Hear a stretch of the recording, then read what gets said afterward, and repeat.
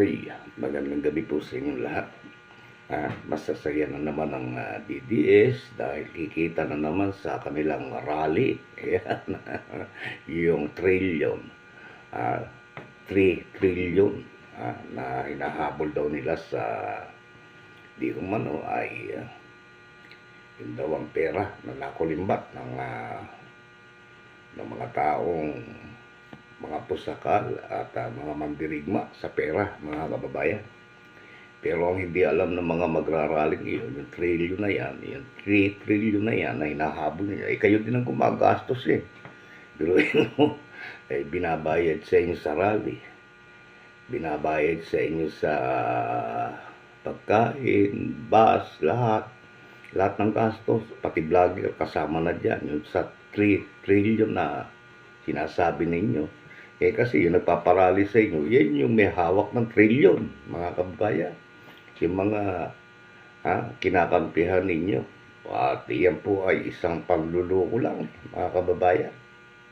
Ang totoo niya, kaya hindi kayo titigilan sa rally niya, sinasangkalan ni rally para sumikat sila dahil maaga silang namumulitika ngayon. Nakita niyo naman ang kanilang mga komersyal, pamumulitika na.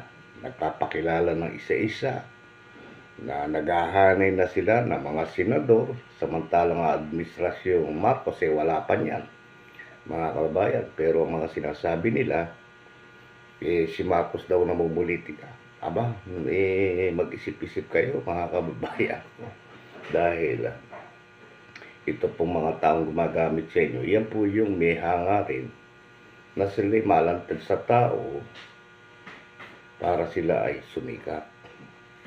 Para ngayon, matandaan sila ng tao sa darating na 2028, itong mga kalpot na kumakandidatong ito. Diba? Mga may hangaring kumandidato sa 2028. Alam niyo naman yan kung sino-sino at hindi na natin isa-isahin yan sapagkat nagpaparamdam po sila sa atin sa social media. Ang kinakasangkapan nila ay ang corruption, mga kababayan. Tayo po magpakatalino na, mga kababayan ko. Yung pong perang kung sinasabi nila sinasangkalan, sila po kumuha niyan, mga kababayan. Tapos sa inyo rin ginagastos yan, tapos pinahabol at kunyari si Marcos pananagutin, mga kababayan.